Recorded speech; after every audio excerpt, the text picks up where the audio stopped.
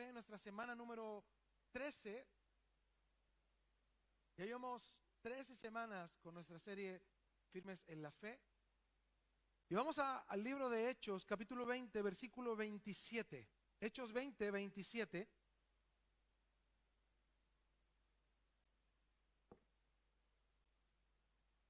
Y vamos a ver un texto que va a marcar la pauta de nuestra enseñanza el día de hoy. Hechos 20, 27. Dice, porque no he rehuido anunciaros todo el consejo de Dios. Lo voy a leer una vez más. Porque no he rehuido anunciaros todo el consejo de Dios. La iglesia necesita escuchar todo el consejo de Dios. Qué lindo sería solo nos dijeran lo bueno, o solo algunas partes, ¿no? Que sean las favorables, donde nosotros podamos sentirnos bien.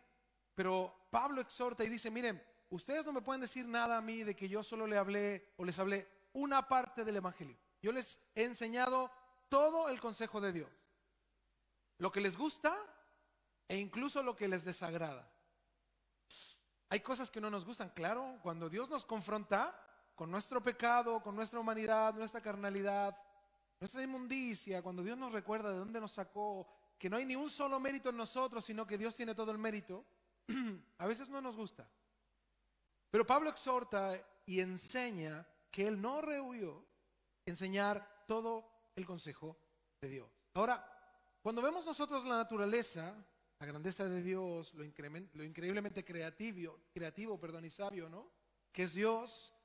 Dios le dio a la naturaleza en sí misma o a toda su creación un equilibrio, y todo depende de todo. Yo el otro día veía un reportaje de las abejas y decían que si se extinguieran las abejas se acaba la polinización, y esto impide que crezcan más árboles, y nuestra forestación natural del mundo se acabaría, muriendo solo una especie. Es impresionante cómo tomaban a los apicultores, los que cultivan miel, les arrendaban las abejas, se las arrendaban y se las llevaban a campos, y en los campos las soltaban las abejas para que éstas pudieran polinizar los campos, sobre todo de almendros. Y es impresionante darse cuenta cómo Dios hizo todo que dependa de todo. Si una especie muere, se afectan los ecosistemas. Es por eso que Dios hizo todo balanceado. La tierra la colocó lo suficientemente cerca del sol para que no nos congelemos, y lo suficientemente lejos para no quemarnos. Entonces aquí Pablo está hablando de un equilibrio doctrinal para generar un equilibrio espiritual. Cuando Pablo dice todo el consejo de Dios, está hablando de que yo estoy enseñando toda la multiforme doctrina que encierra la palabra de Dios. Todo el conjunto de verdades, dice Pablo, que alimenta el ser interior y que va a ayudar al cristiano a crecer espiritualmente. Por ejemplo, hay iglesias que tienen un sobreénfasis en algunas cosas. Por ejemplo, yo he conocido iglesias donde solo se habla de demonios, solo demonios, y ven demonios en todos lados, y a cualquier cosa le atribuyen actividad demoníaca. Pero a todo tiene demonios. Llora el bebé, adivinen qué dicen: está enchamucado, tiene un demonio. Un hermano se cayó, se ha endemoniado. Un hermano no vino, el demonio no lo dejó. Sí, demonios por todos lados. Asimismo, una iglesia, cuando solo habla de prosperidad, a todo le atribuyen una causa que tenga que ver con la prosperidad. Entonces hay un desequilibrio total. Es por eso que Pablo exhorta y nos enseña que debemos entender que la Biblia encierra un conjunto de verdades, y todas estas deben de alimentar nuestro ser interior, y esto toma mucho tiempo. Es más, yo creo que toda una vida no nos alcanza para conocer todas las verdades bíblicas. Pero Dios no tiene prisa. Él quiere que crezcamos y maduremos en todo, que seamos sanos. Vamos a Jeremías 56 y vamos a ver cómo la palabra nos muestra lo que el desequilibrio doctrinal provoca. Jeremías 56.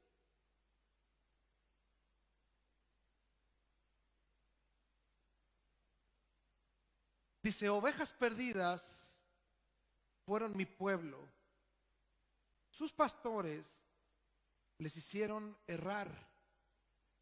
Por los montes las descarriaron, anduvieron de monte en collado y se olvidaron de sus rediles. Fíjense, este texto indica que el responsable de la iglesia puede hacer errar y descarriar las ovejas. Ahora, nosotros tenemos un concepto de errar y descarriar, pero acá en el hebreo la palabra errar está, que significa divagar, significa engañar, estar perdidos, tambalear. Entonces el texto dice que por causa de las enseñanzas dadas provocaron que las ovejas vivieran engañadas, estuvieran perdidas y divagaran. Fíjate, hoy el evangelio divaga entre el pensamiento humanista y el evangélico. Y ahí está la lucha de muchos cristianos. Dicen, yo tengo una idea humanista de lo que la sociedad dicta que yo haga, pero también tengo una idea cristiana o evangélica para muchos. Y ahí está la lucha. ¿Qué es lo que yo creo? ¿Qué es lo que debo de creer? ¿Y qué es lo que debo de hacer con lo que creo? Entonces dice que los pastores las hicieron estar perdidas, con sus enseñanzas las engañaron, pero dice, por los montes las descarriaron. Primero las engañaron y luego se descarriaron. La palabra descarriar en el hebreo es chovav, que quiere decir rebeldes, idólatras y apóstatas. Fíjate, ¿cuál es nuestro concepto de descarriar nosotros? Cuando conocemos a un hermanito que ya no viene a la iglesia y que lo vemos por ahí en malos pasos, ¿qué decimos? Se descarrió. Se descarrió. ¿Pero quién está hablando que se descarriaron y se fueron al mundo? Está hablando del carácter. El falso evangelio, la falsa doctrina o el desequilibrio doctrinal provocó que se hicieran rebeldes, idólatras y apóstatas. Wow. Estas personas se sintieron tan convencidas de sus falsas doctrinas adoptadas, de sus ideas humanistas, que se volvieron rebeldes, fíjate, contra la palabra de Dios, porque fueron aceptos a quienes les enseñaban, pero rebeldes contra Dios. Asimismo se hicieron idólatras, fíjate, no de Dios, sino de sistemas dogmáticos y de las personas. Hoy vivimos en una iglesia llena de idolatría hacia los ministros, apóstoles, obispos y etcétera, etcétera, o a los logos. Y esto provocó que apostataran de la fe, o sea, se fueran tras falsas doctrinas contra la verdadera doctrina de Cristo. Esto quiere decir, este texto en Jeremías, que los pastores provocaron que esta gente viviera engañada de su condición espiritual. Ellos pensaban que eran espirituales, pero no lo eran. Estaban perdidos, su estilo de vida no era acorde a lo bíblico, y esto provocó que se hicieran rebeldes e idólatras, amando más las tradiciones que a Dios. Se hicieron apóstatas, viviendo en doctrinas cerradas y dando una interpretación ignorante y personal a la Biblia. Fíjate que el apóstata hace una interpretación personal de la palabra, y son llevados cautivos y descarriados ellos mismos. ¿Y qué provoca un ignorante a otros que ignoran? Los hace ignorantes. Y muchos hombres hoy enseñan erróneamente, tapando el pecado, sin disciplina, como lo hemos visto semanas anteriores, por conveniencias personales. Esto lleva un desequilibrio espiritual y tiene consecuencias y trae tragedia a la larga en la vida del creyente. Y asimismo está el otro extremo, ¿no? Los que se dejan guiar por las emociones, que no viven una dieta balanceada espiritualmente, sino que caen en fanatismos y sectarismos. Toman la Biblia del mismo modo, de manera desviada, creen estar con Dios, pero viven lejos de Dios. Es por esto que la Biblia nos llama a vivir en un equilibrio sano. Efesios 4:1 nos habla el apóstol Pablo, y él habla a los efesios respecto a esto, a este equilibrio, cómo vivir equilibradamente.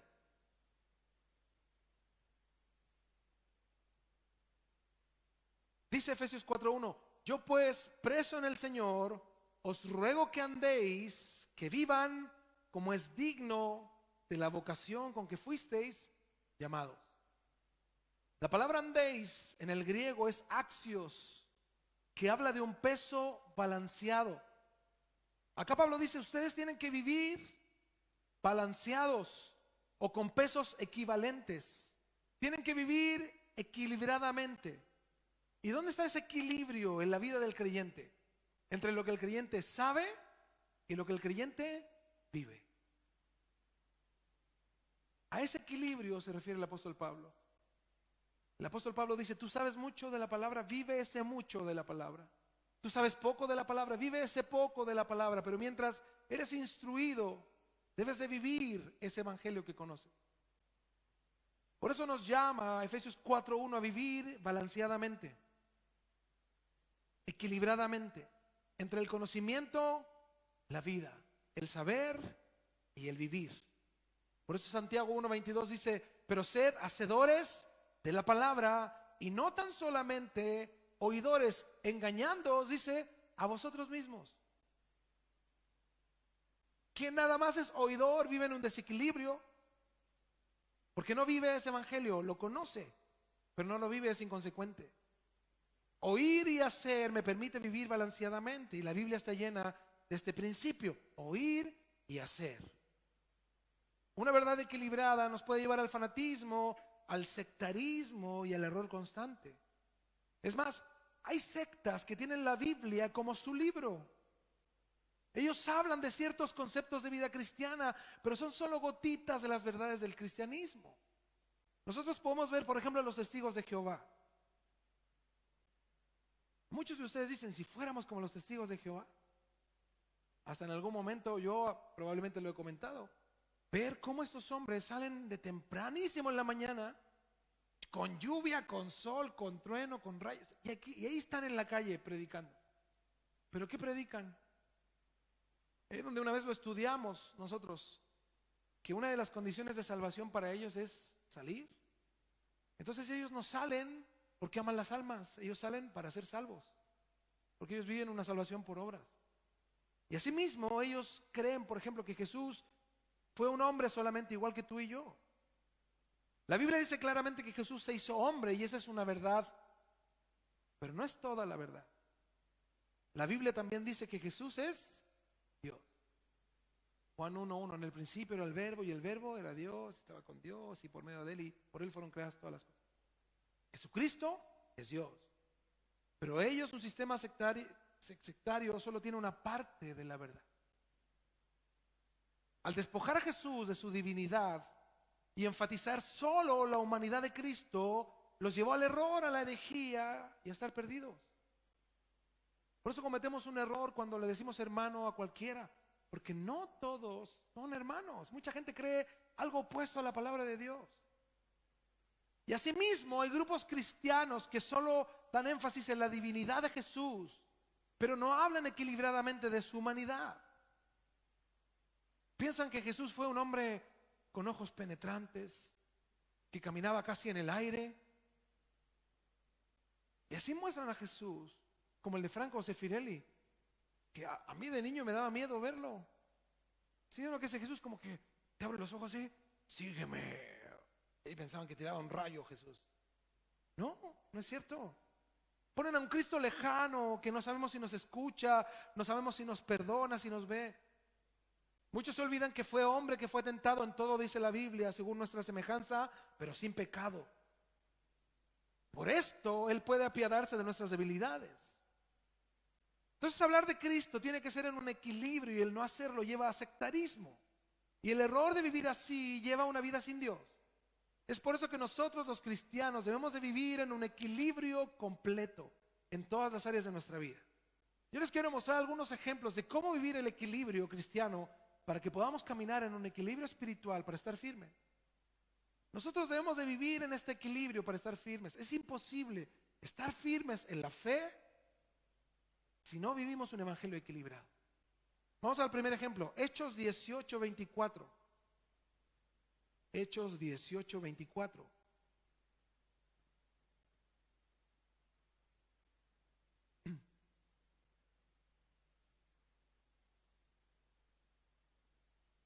Vamos a ver aquí un caso de equilibrio doctrinal. ¿Qué se debe de hacer cuando yo encuentro un desvío doctrinal? ¿Cómo debo de actuar respecto al equilibrio doctrinal? Hechos 18:24. Dice: Llegó entonces a Éfeso un judío llamado Apolos, natural de Alejandría, varón elocuente, poderoso en las escrituras. Fíjense, mientras Pablo estaba en Galacia y en Frigia predicando, apareció un hombre llamado Apolos, que él vino desde Alejandría hasta Éfeso. Dice el 25, este Apolos había sido instruido en el camino del Señor y siendo de espíritu fervoroso, está hablando de que él tenía un mensaje ardiente acerca de Cristo, hablaba y enseñaba diligentemente lo concerniente al Señor. Fíjense, hablaba y enseñaba, ¿cómo lo hacía? Diligentemente lo concerniente al Señor, está hablando de Jesús. Aunque solamente conocía el bautismo ¿de quién? De Juan.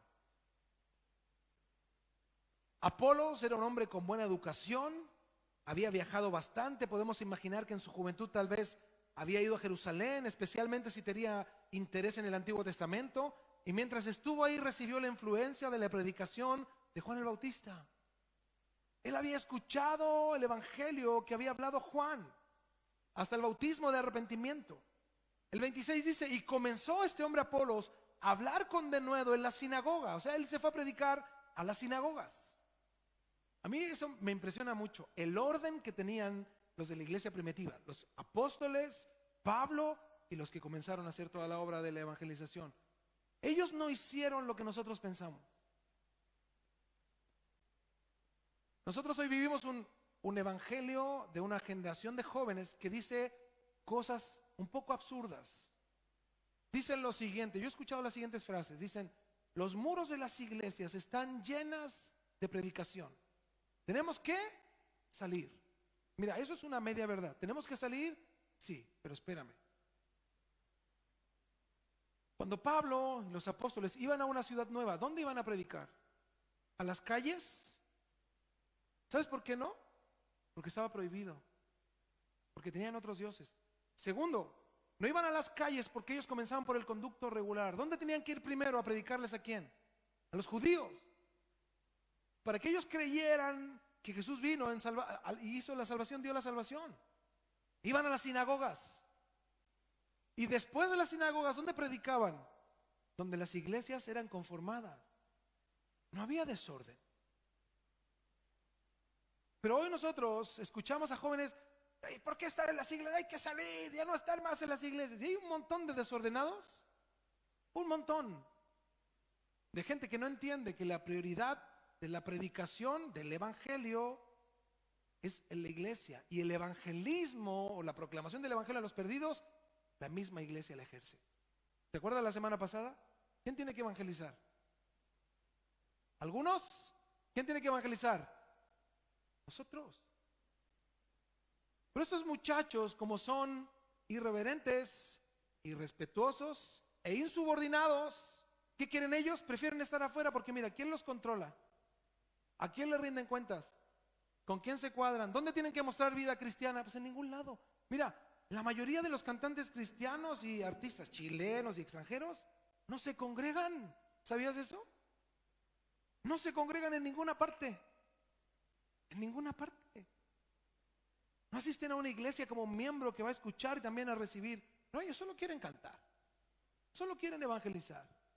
Son insubordinados. ¿Por qué les comento esto? Porque este hombre ferviente, de espíritu ferviente por predicar el evangelio de Cristo, ¿dónde fue a hacerlo? No se puso en las calles a predicar, fue al conducto regular del orden, a la sinagoga. Y mira Dios cómo usa el orden de los que quieren hablar del evangelio con denuedo. Y comenzó a hablar con denuedo en la sinagoga. Apolos no sabía mucho de Jesús, pero lo que sí sabía lo enseñaba diligentemente y con una valerosa pasión. Dice, pero cuando le oyeron Priscila y Aquila, un matrimonio, le tomaron aparte y le expusieron más exactamente el camino de Dios. Wow. ¿Cómo usó Dios el orden? Mira, y aquí vemos a dos ordenados. ¿Dónde fue a predicar Apolos? ¿Dónde?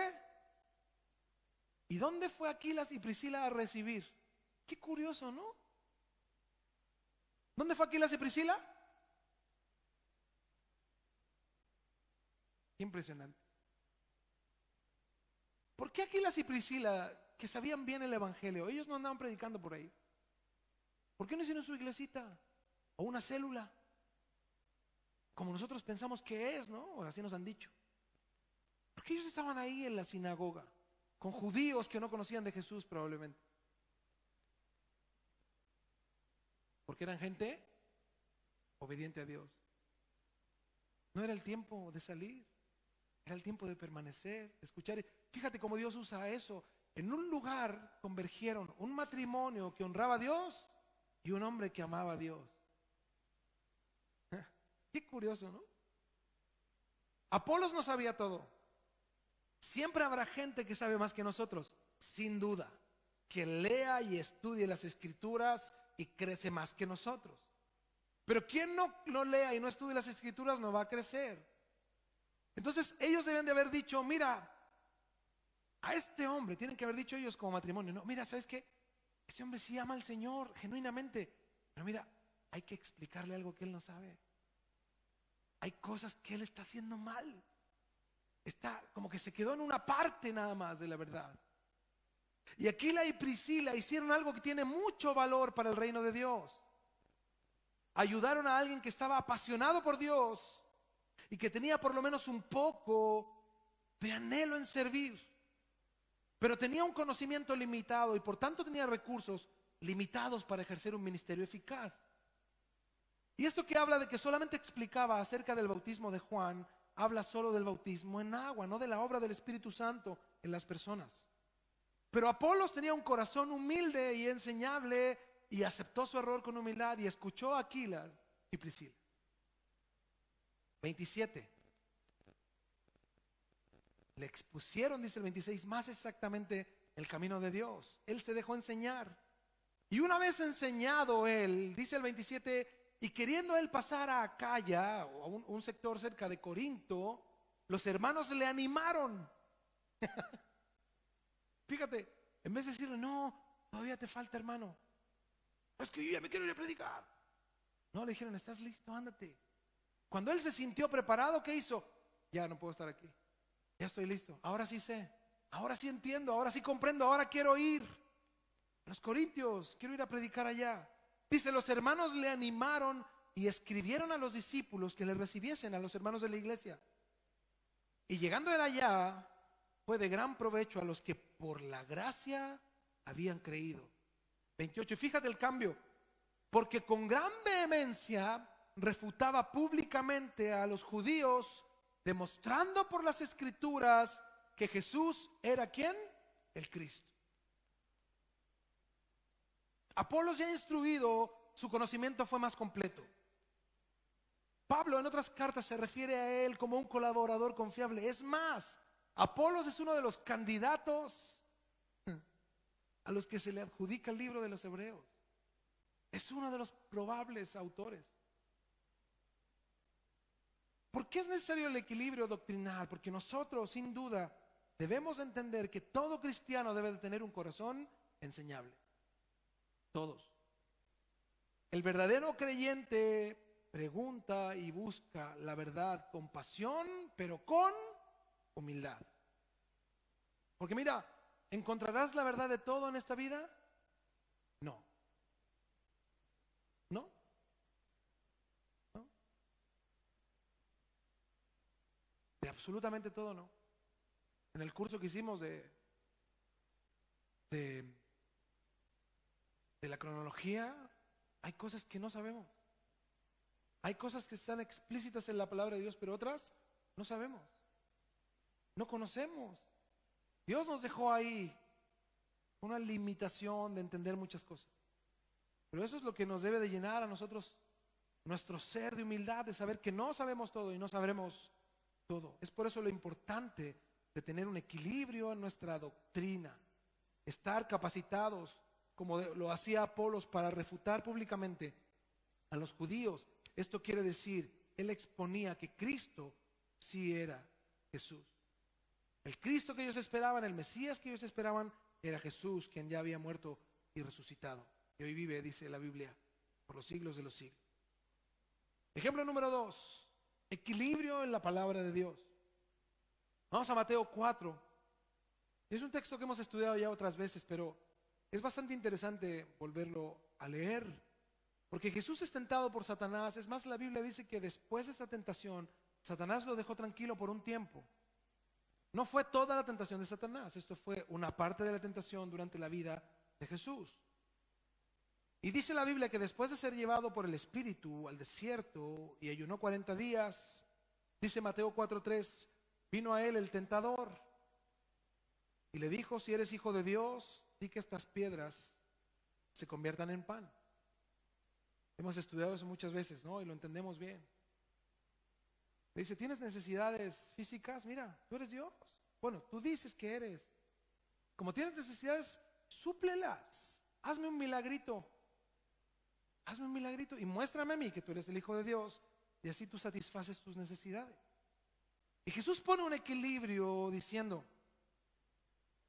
escrito está, dice el 4, no solo de pan vivirá el hombre, sino de toda palabra que sale de la boca de Dios.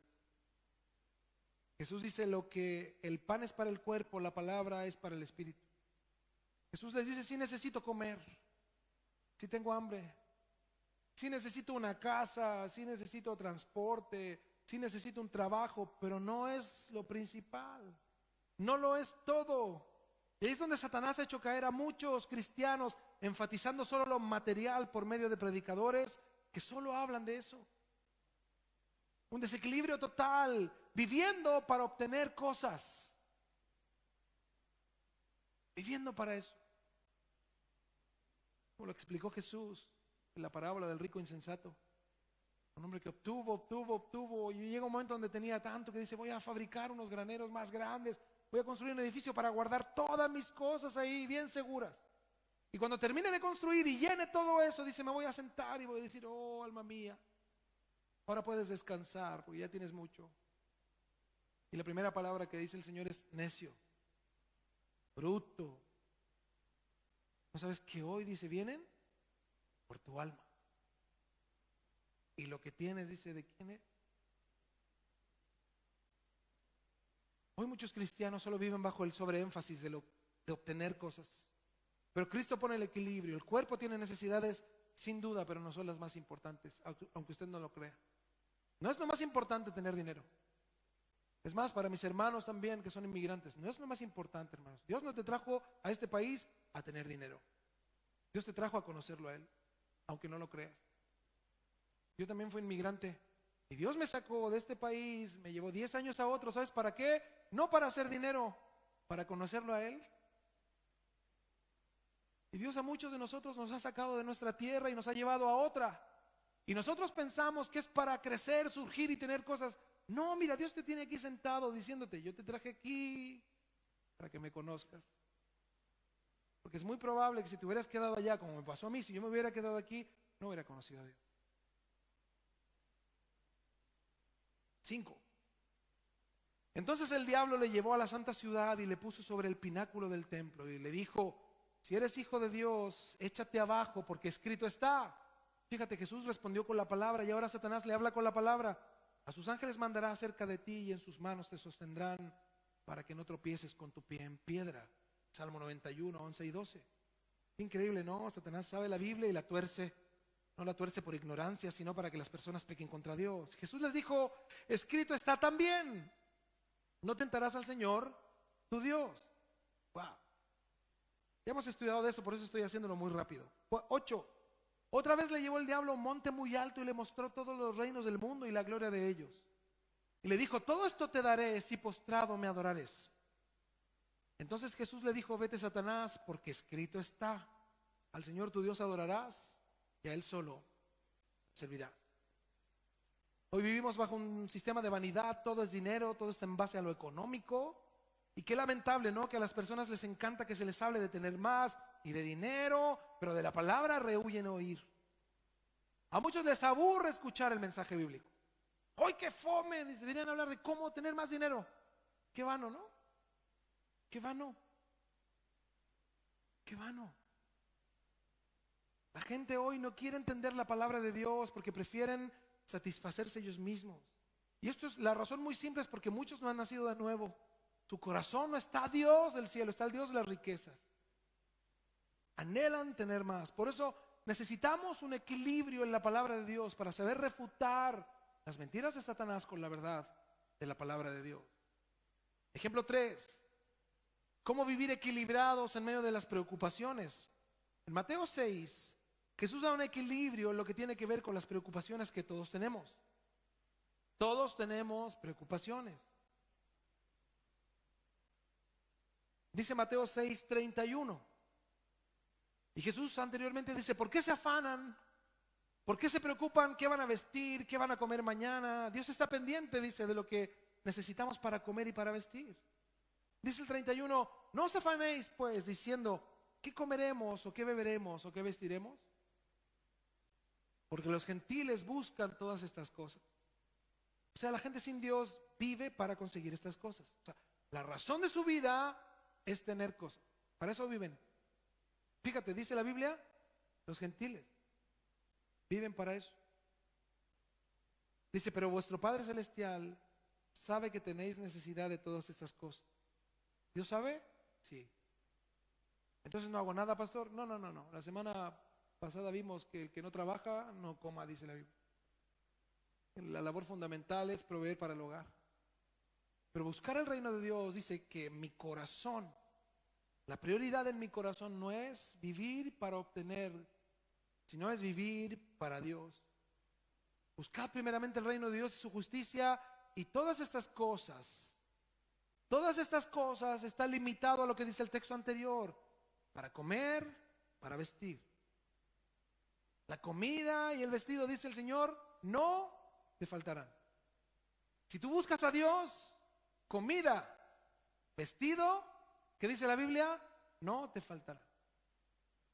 Aquí no está diciendo un auto, una casa, una cuenta bancaria, un viaje al Caribe. Aquí te está diciendo comida y vestido. No te faltará.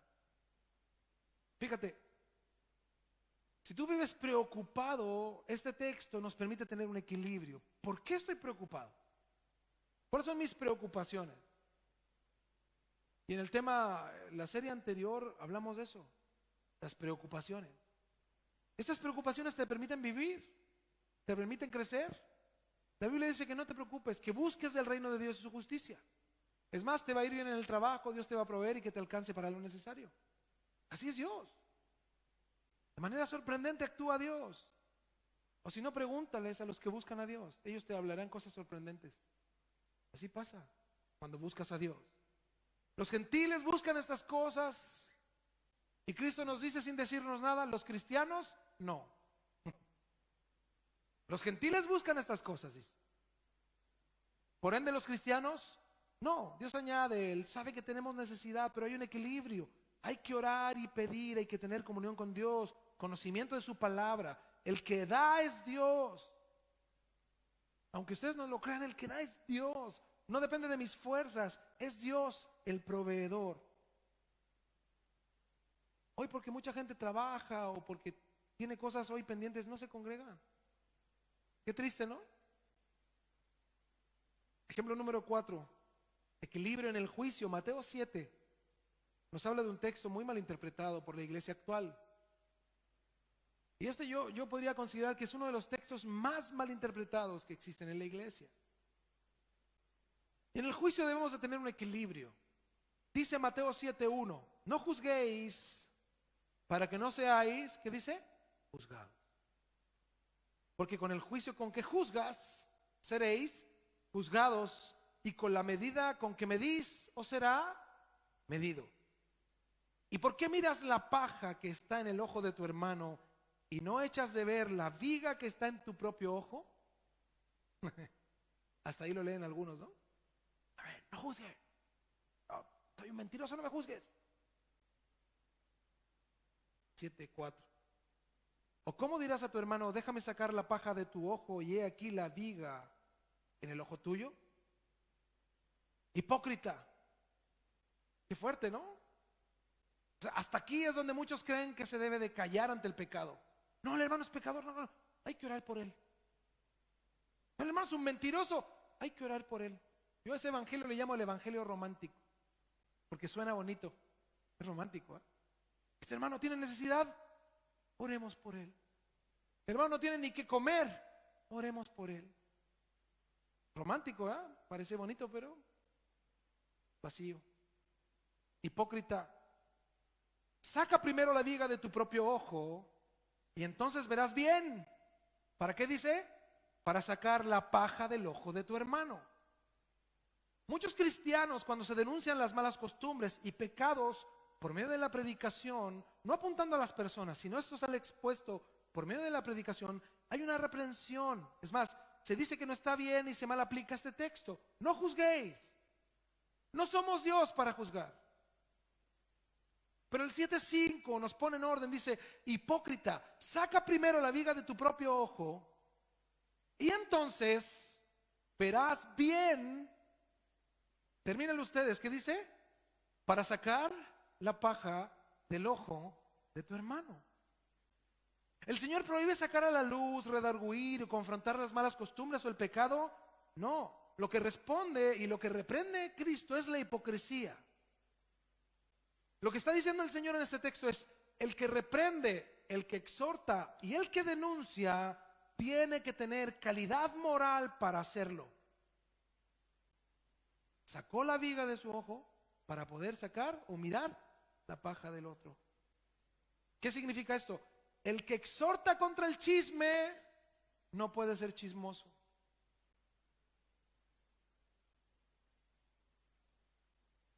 Sacó la viga para sacar la paja. El que exhorta contra el adulterio no puede ser adúltero. Mira, una persona que ama a su esposa, que es un hombre honorable y todo en una iglesia, ¿no puede confrontar a un adúltero? ¿No puede decirle: lo que estás haciendo está mal? ¿Estás pecando contra Dios? ¿Cómo se hace eso? Ya lo vimos un par de semanas. Anda tú y él solos. Si te escuchas, ganado a tu hermano. Si no, lleva 2, 3 testigos. Si no te escucha, denúncialo ya a la iglesia. El hombre que tiene que juzgar las conductas de otros debe de hacerlo primero por medio de su ejemplo. Y ahí es donde se tiene la calidad moral para reprender y redarguir a otros. Ahí es donde el Espíritu Santo te avala. Algunos de ustedes, ya hemos hablado de eso, han salido de iglesias donde han habido problemas de inmoralidad y muchas cosas. Hay gente que permanece en eso, no denuncia. Imagínate. ¿Qué piensan los que ignoran esos actos del que calla? Eso es lo primero que pienso.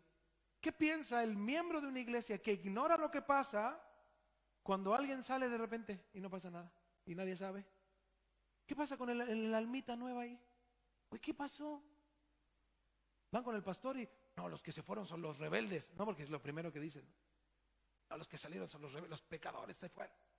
Por eso en esta iglesia dice: quedaron solo los santos. Y ahí abajo los santos conocen todos los chismes del pastor, toda la inmoralidad, toda la perversión. Hay un juicio que tenemos prohibido sin duda. El único juicio que tenemos prohibido es el de condenación. Ahí es donde Dios se encarga. Nosotros no podemos decir quién se pierde o quién se salva. Podemos deducir que es diferente, porque la palabra dice que el árbol se ve por su fruto. Pero lo demás, los ministros deben de tener una vida donde se pueda confrontar las conductas torcidas de otros.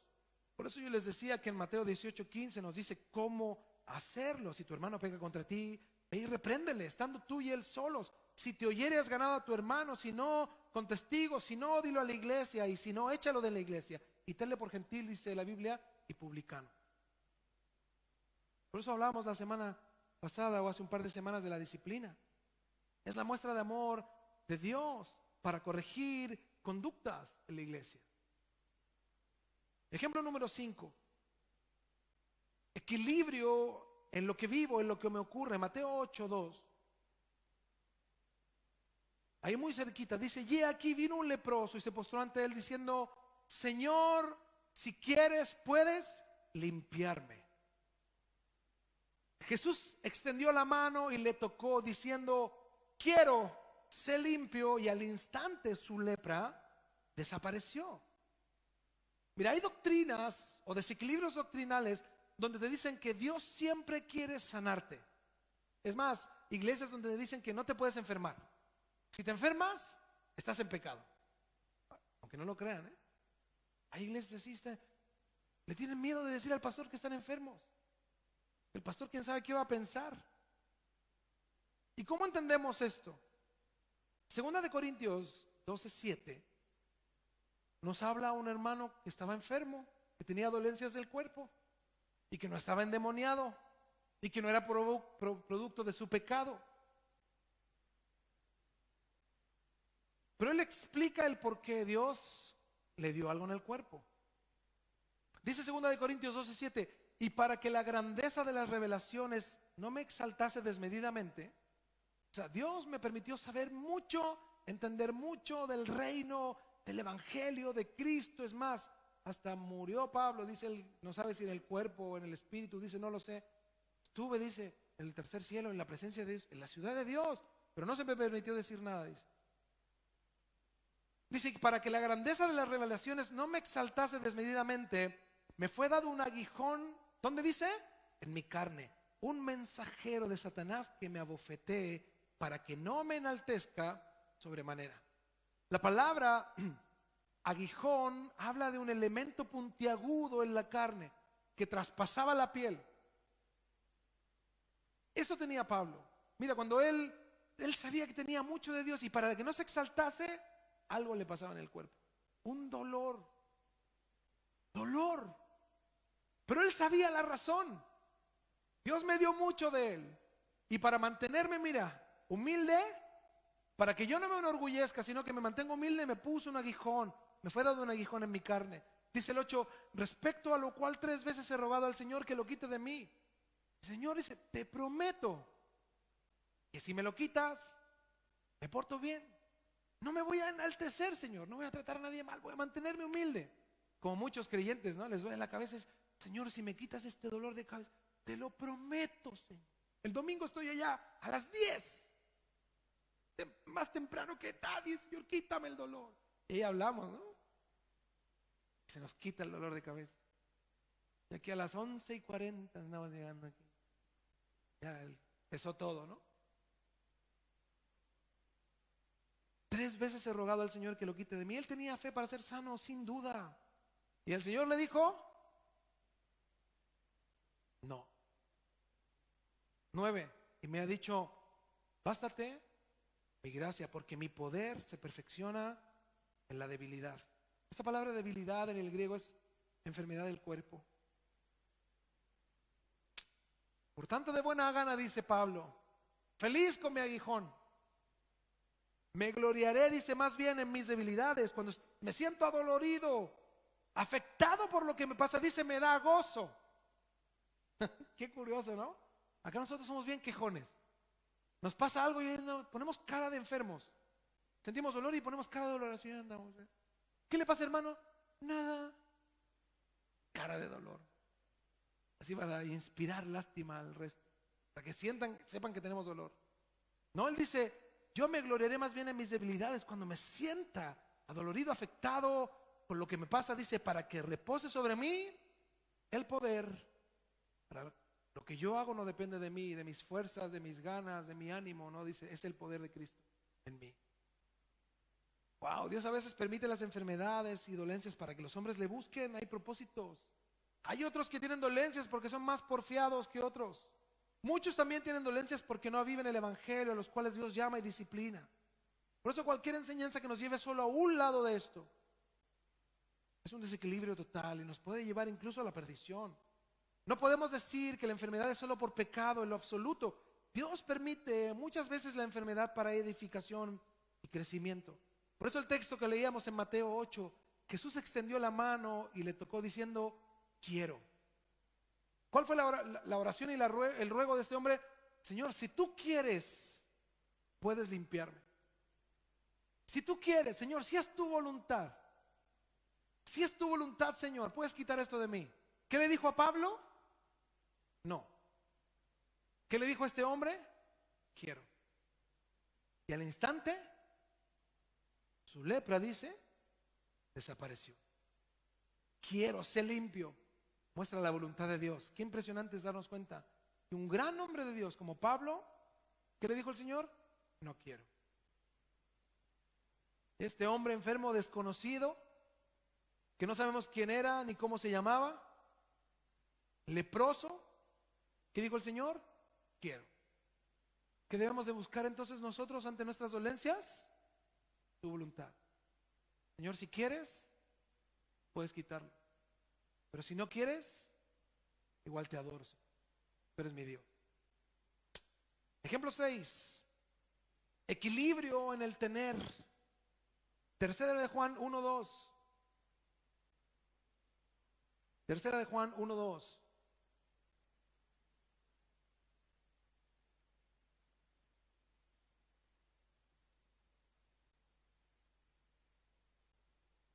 Este texto algunos lo conocen, se los han dicho incluso, o lo declaran algunos, ¿no? Amado, dice, yo deseo que tú seas prosperado en todas las cosas y que tengas salud, así como prospera tu alma. Este texto malinterpretado ha provocado un desequilibrio que ha dañado la vida espiritual de congregaciones completas. Muchos dicen, Dios dice eso. Dicen, hermanos, dice, yo deseo, Dios desea que seamos prosperados, dice, en todas las cosas y que tengamos salud. Pero nosotros, estudiando el contexto del libro, primero vemos que quien escribe el libro es el apóstol Juan, dirigido a un amigo que amaba mucho, que se llamaba Gallo. Y el deseo que prosperara y que tuviera salud no era de Dios, sino que era un deseo ¿de quién? De Juan. Mi deseo, dice Juan, para ti, Gallo, es que seas prosperado en todo y que tengas salud, así como prospera tu alma. ¿Se imaginan este texto lo hubiera dicho Dios? ¿Cómo deberíamos de caminar todos? ¿Prósperos y llenos de salud? ¿Pero así es la vida real del cristianismo? ¿Sí o no? No, ¿verdad? ¿Vivimos en una plena prosperidad completa, llenos de salud? No. Es más, a veces mientras más servimos a Dios, más achaques nos vienen. Más nos vemos que el cuerpo es frágil. Más dolencias tenemos, más problemas, más adversidad.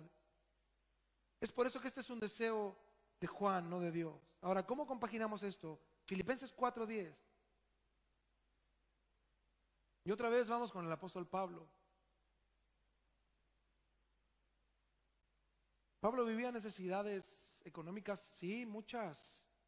Él había levantado muchas iglesias, pero Pablo exhorta y cuenta en algún momento que todas las iglesias en un momento dejaron de sostenerlo a él, de sostener a él y la obra que hacían. Por eso dice Filipenses 4:10, en gran manera me gocé en el Señor de que ya al fin habéis revivido vuestro cuidado de mí. Dice, se acordaron de mí, dice. Yo ahí estaba, se acordaron, dice. Por eso me da gozo, dice, en el Señor, de lo cual también estabais solícitos, pero os faltaba la oportunidad. A Pablo le enviaron una ofrenda para su sustento. Dice el 11, no lo digo porque tenga escasez, pues he aprendido a contentarme cualquiera sea mi situación. O sea, él aunque tuviera escasez, no decía que tenía escasez, ¿se entiende? No andaba llorando, hermanos, no tengo, ayúdenme. No, él aunque no tuviera, él decía, esto es un trato de Dios. No lo atribuía a la falta de dadores, lo atribuía a que Dios tenía un trato con él. Por eso dice, sé vivir humildemente, con pancito añejo y un tecito. Y sé tener en abundancia. En todo y por todo estoy enseñado, o sea, he aprendido a vivir todas las situaciones. Así para estar saciado como para tener hambre, así para tener abundancia como para padecer necesidad. Fíjense, perdón, que hoy en las iglesias dicen, basta de escasez, basta de pobreza, reprende la pobreza, aléjala de tu vida, repite conmigo y bla, bla, bla. Qué fácil, ¿no? Es vivir en la abundancia. Pero los cristianos, muchos no saben vivir en la escasez. Y ahí es donde salen los cuestionamientos. Y hasta sentimos que Dios se alejó de nosotros, lo cual es cierto, sin duda no. Porque cuando tenemos mucho, a veces ni nos acordamos de Dios. Y vivimos tranquilos con dinero en el bolsillo, dinero guardado, y tenemos de todo en la despensa, y no falta nada, y vivimos tranquilos. Ni nos acordamos de Dios muchas veces. Pero cuando nos falta,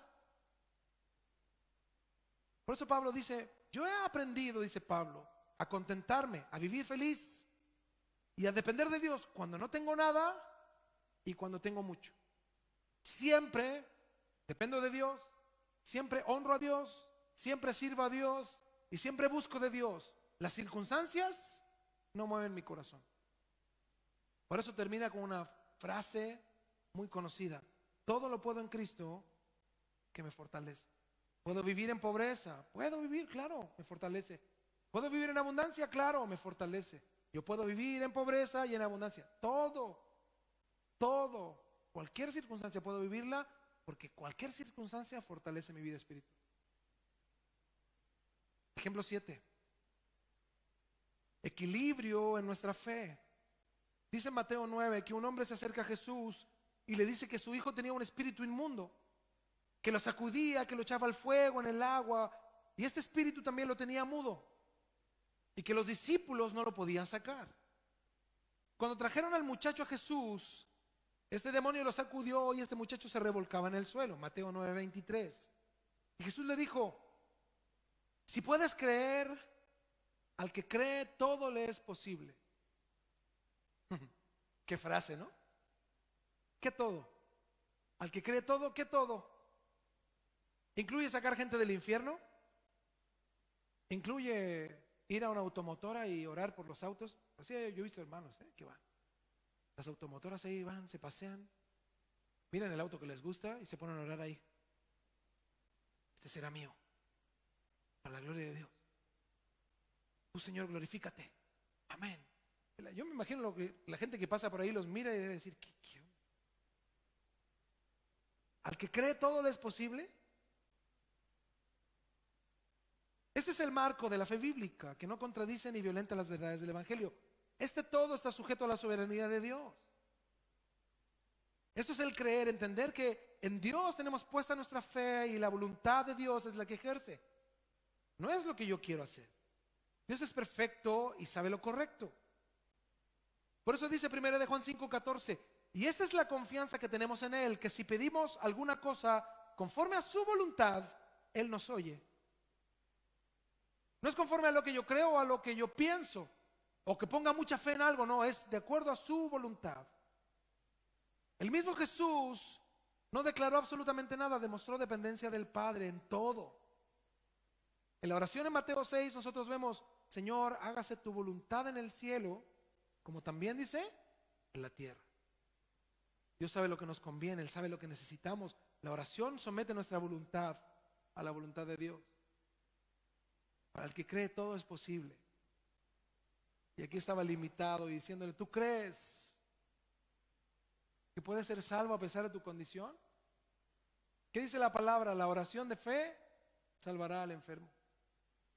Este estaba enfermo, endemoniado. ¿Cristo solo quería quitarle los demonios? ¿Qué quería hacer Cristo con las personas? Salvarlas del infierno. Ese fue el anhelo de Jesús, salvarnos del infierno. Número 8. ¿Cómo entendemos el amor de Dios y cómo tener un equilibrio en esto? ¿Dios es amor? Sí. La Biblia dice que Dios no tiene amor, dice Dios es. Y ama a todos, sean como sean. Dios es puro amor. Así muchos creen, ¿no? Pero la Biblia dice: Dios al que ama, disciplina. Y la disciplina muestra un increíble amor de Dios. Y a través de la disciplina Dios nos orilla a buscarle. Ahora, entender cómo es el amor de Dios, también debemos entender cuán santo es Dios. Porque Juan 3:16 dice que era tan grande el amor de Dios que envió a su Hijo. O sea, no había manera de que el hombre pudiera ser salvo. Por la santidad de Dios y el pecado del hombre estábamos tan separados de Dios que no había manera de acercarnos a Él. Por eso Él mismo, en su amor tan grande, envió a su Hijo, para que todo el que cree no se pierda. O sea, entender el amor de Dios para un hombre irracional es imposible. Solo entendemos el amor de Dios por medio de la obra del Espíritu Santo, que nos redarguye, nos permite entender que nosotros, siendo indignos, y Él siendo un Dios santo, nos llamó a salvación. Es por eso que cada instante de nuestra vida Dios nos llama, porque va a llegar un día donde estaremos frente al Señor. Y si hoy te mueres, ¿qué le vas a decir? No, estoy bien joven yo. Sí, yo he visto jóvenes morirse. Pastores jóvenes también. He visto gente anciana no morirse nunca. Y duran mucho. ¿Quién sabe el día que muramos? Nadie. Por eso el que cree estar firme dice, cuide que no caiga. Manténgase firme en el Señor. Número 9, el equilibrio de la vida cristiana. Hay extremos donde hoy vivimos: el legalismo y el libertinaje. Muchas personas viven en un sistema legalista. Hoy se habla mucho del evangelio radical y la sana doctrina. Más, es tan triste ver esos grupos de Facebook, ¿no?, donde la gente discute: ¿es bíblico el diezmo? Y ¡pum! Todos, papá. El otro día tenía unas ganas de escribir ahí, pero no poner ni un texto, solo poner un razonamiento bíblico. Yo nunca he visto a nadie decir: pastor, ¿es bíblico el diezmo? Porque a mí el diezmo me limita, yo quiero dar más. ¿Se imaginan? ¿Hubieran cristianos así? Es que para mí el diezmo, quiero dar más del 10, pastor. El diezmo para mí me limita. Yo quiero dar más, por eso yo creo que diezmo no debería ser bíblico, porque yo quiero dar más del 10. Pero ¿quién dice eso? Nadie, todos aman el dinero. Los que hablan contra el diezmo es porque no dan nada, no quieren dar nada. Y así son. Hablan de la caridad, de las limosnas, del dar, pero mira, nada dan. Son puro bla bla. Por eso yo solamente quería escribir algo de eso. Gente debate de cosas que les lleva al legalismo religioso, porque hablan mucho, pero viven poco. Y la mayoría de los que escriben ahí se llama Cristiano 777. No sabes ni cómo se llaman, ni dónde viven, ni quiénes. No sabes nada de ellos. Nada. El legalismo por un lado, y hoy los supercristianos que abundan, ¿no? Calvinistas, hipercalvinistas, sistemas de una consideración cristiana que es absoluta, porque hoy hay cristianos que tienen muchos conceptos que son absolutistas. Y está al otro lado el libertinaje, ¿no? Los livianos, pseudo Espíritu Santo, ignorantes de la palabra de Dios. Entonces ahí es donde el cristiano debe de buscar un equilibrio. Es bueno saber si, pero saber sin vivir nos lleva solamente a vivir bajo o el legalismo o la liviandad. Hay muchas personas, por ejemplo, dentro del legalismo, que solo hacen cosas en las iglesias por amor a las reglas, no a Dios. A las reglas. Se visten de una manera, sirven de una manera, hablan de una manera, por amor a las reglas. En el legalismo se sigue a las personas, no a Dios. Se cree que el mensaje de los hombres es certero sin conocer el mensaje de Dios. Y en la liviandad toma todo a la ligera. Cree que Dios permite el pecado y las conductas carnales por medio de su gracia. Hay un desorden general, completo. Vive en ignorancia, cree que lo sensual es parte del cristianismo. Y estoy hablando de manifestaciones, ideologías y un montón de cosas. Y se cree en un cristianismo completamente místico. Completamente místico. Es más, hay muchos actos de brujería y de hechicería que se realizan hoy dentro de las iglesias. El otro día yo les puse un video a mis hijos donde una señora dice que los billetes hablan. Qué locura, ¿no? La señora ahí ministrando en una iglesia, guarda en silencio y dice: ponga un billete en su oído y escúchelo. Y la gente toda, ja, ja, ja, ja, pensó que estaba bromeando. Dijo: no, si es cierto, estoy hablando en serio. ¿Y qué hacen los hermanitos ahí? Miren, todos sacando billete para escucharlo. Dios mío. ¿Saben que eso sí? Miren, no es increíble que alguien enfrente diga esa tontera. ¿Saben qué es lo increíble? Que los de abajo le hagan caso. ¿Qué harían ustedes si aquí alguien se parara y dijera: saque un billete y escúchelo? ¿Qué haría usted? Yo creo que entre por lo menos unos 10 de aquí lo bajan, ¿verdad? Juanito atrás le corta el micrófono. Aquí entre dos o tres lo bajan. Y allá atrás el Jonathan y el Drago se hacen cargo. ¿Se imaginan? ¿Algo así?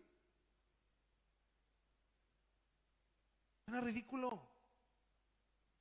Pero en verdad hoy vivimos bajo un desequilibrio en la vida cristiana. La gente no busca, como yo le digo, la iglesia más cerca de la Biblia, busca la iglesia más cerca de su casa. Qué triste es eso. Ejemplo número 10, el equilibrio de las experiencias. Sin lugar a dudas, en la vida cristiana todos hemos vivido experiencias, ¿sí o no? ¿Sí o no? ¿Usted ha vivido experiencias? Yo también. Yo también. Es más, si un día tuviéramos acá una tarde de experiencias, de testimonios, todos pasaríamos, ¿no? No, yo vi un ángel que descendía, me tocó.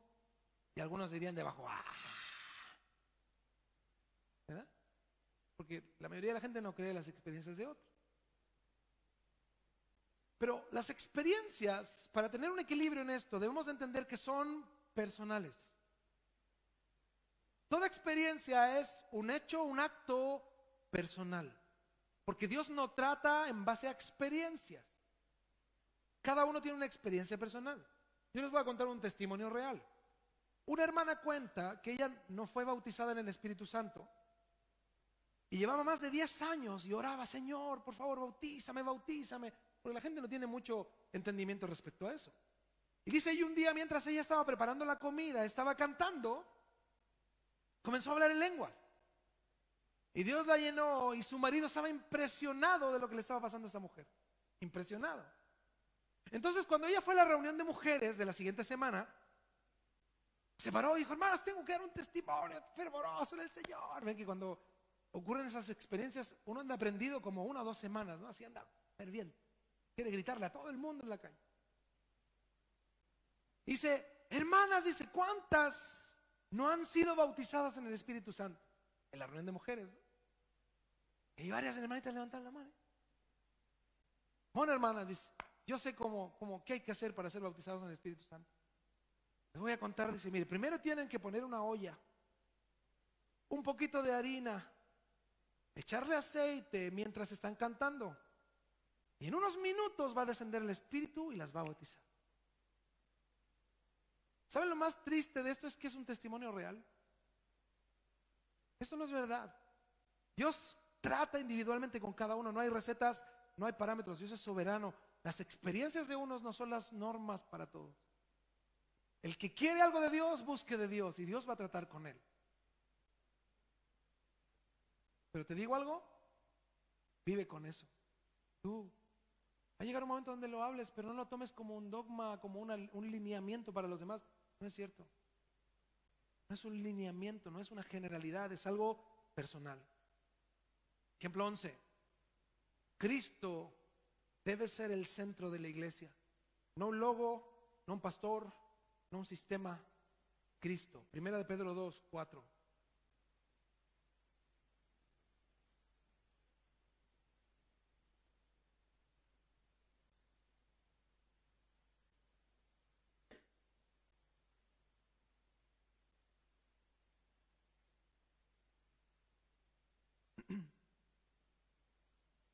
Primera de Pedro 2, 4 dice, acercándoos a él, piedra viva, desechada ciertamente por los hombres, mas para Dios escogida y preciosa.